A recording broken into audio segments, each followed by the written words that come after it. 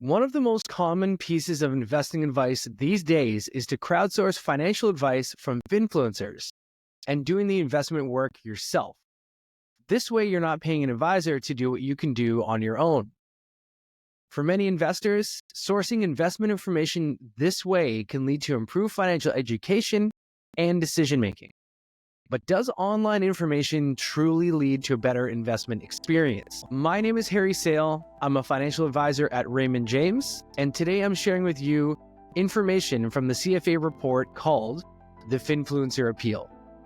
Stick around because at the end, I'll provide you with 3 questions you can ask yourself when reviewing content online. Let's dive in. Financial influencers are not a new phenomenon. Initially, newspaper columns provided the masses with financial advice or thought leadership, but only if you bought the paper. This evolved into the financial pundits on cable television speaking about their investment recommendations, but only if you subscribe to their TV package.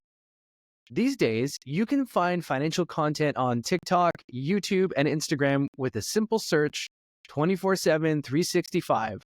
But this time, you don't have to pay anyone $1. Finfluencers disseminate their information to everyone with an internet connection worldwide instantly. They have become an important source of investment information for young investors, particularly aged 18 to 34. As I'll review later, Finfluencers can provide their viewers with reliable advice, much of which I would actually personally recommend to my own clients. Within the CFA report, it was documented that Finfluencers who provided information and guidance about when it was suitable for individuals to invest are actually providing sound recommendations. In addition, some Finfluencers provided messages that warned investors about the risks of investing in certain stocks and certain companies. Content analysis also highlighted that many Finfluencers promoted sound investing principles, such as the importance of diversifying one's investment portfolio, not attempting to time the market, not investing money they are likely to need immediate access to, or not taking out loans in order to fund risky or any investment. Finfluencers also provided guidance around investment strategies, most notably by conveying that investing should be viewed as a long-term way to build wealth, and therefore, investors should start investing as soon as possible, provided that certain conditions were met. These messages are like those promoted by the U.S. Securities and Exchange Corporation. These messages are very similar to the ones promoted by the US SEC and Canadian CIRO. So again, they are actually promoting responsible tactics.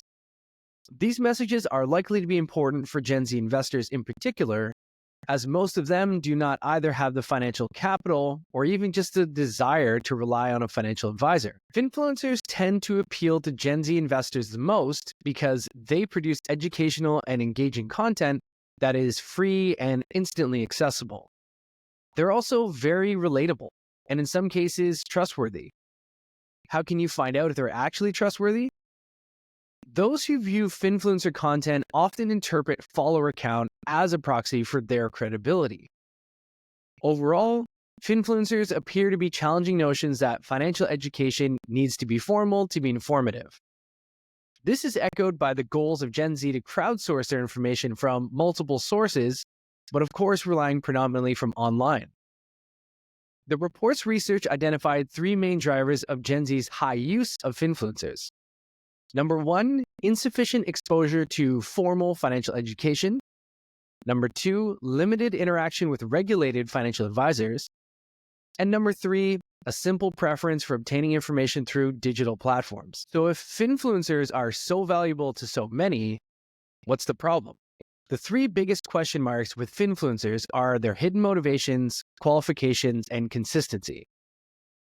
Most investors are aware investing is a serious business, something that can just as easily make you rich as it can make you poor. And it is precisely because of this that the investment profession is one of the world's most regulated businesses.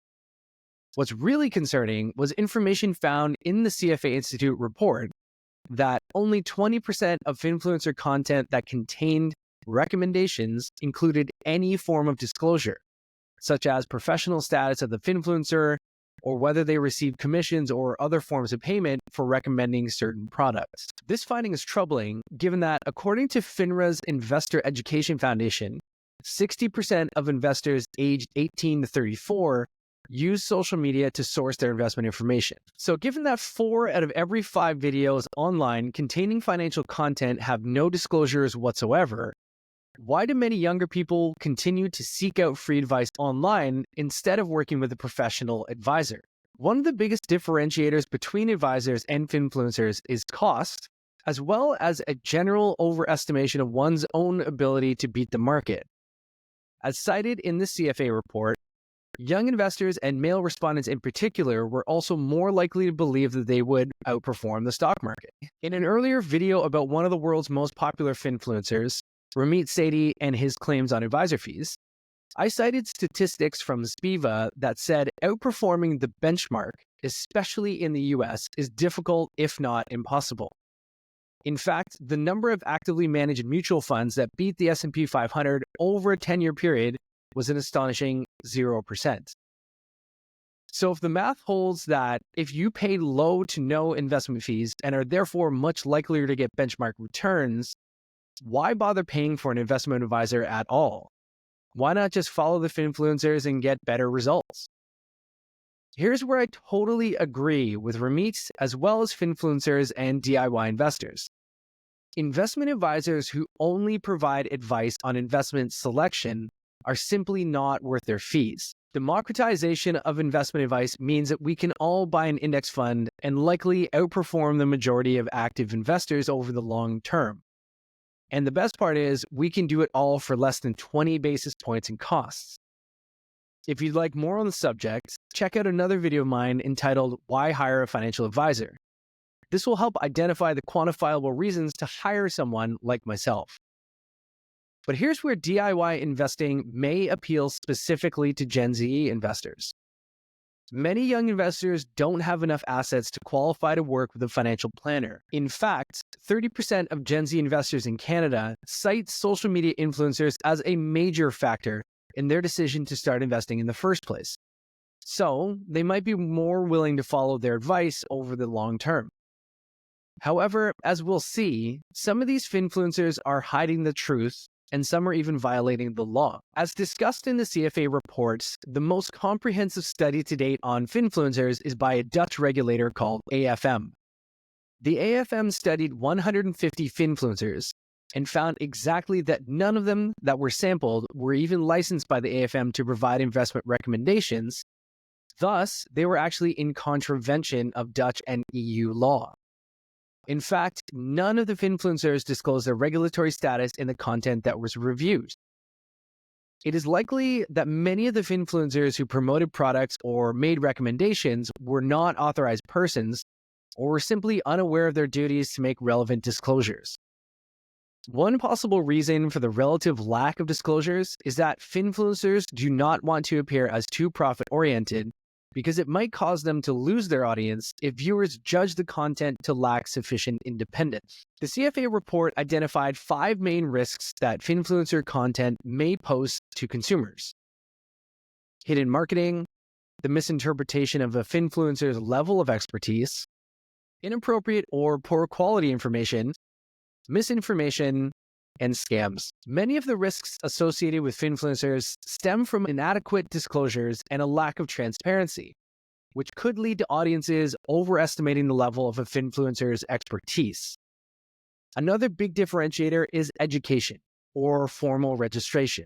Traditional financial advisors make investment recommendations, usually for a fee, but they are mandated to undergo rigorous professional accreditation and continuous professional development to remain compliant with regulatory authorities.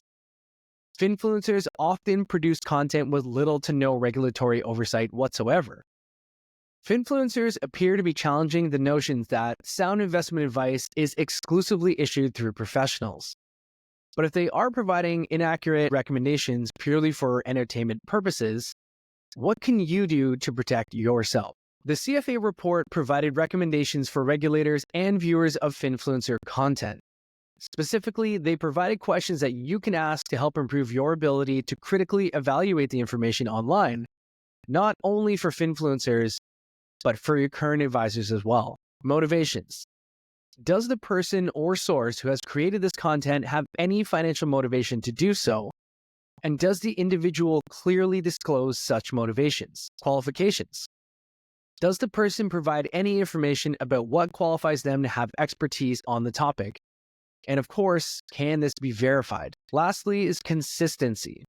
Is the information provided consistent with the most up-to-date information when cross-checked with other sources? To ensure that you're getting the most out of your experience, diversify your research sources like you diversify an investment portfolio. Online can be an excellent source of information, but so too can advisors you trust. For more regulated content like this, and to be notified of my next video release, subscribe today.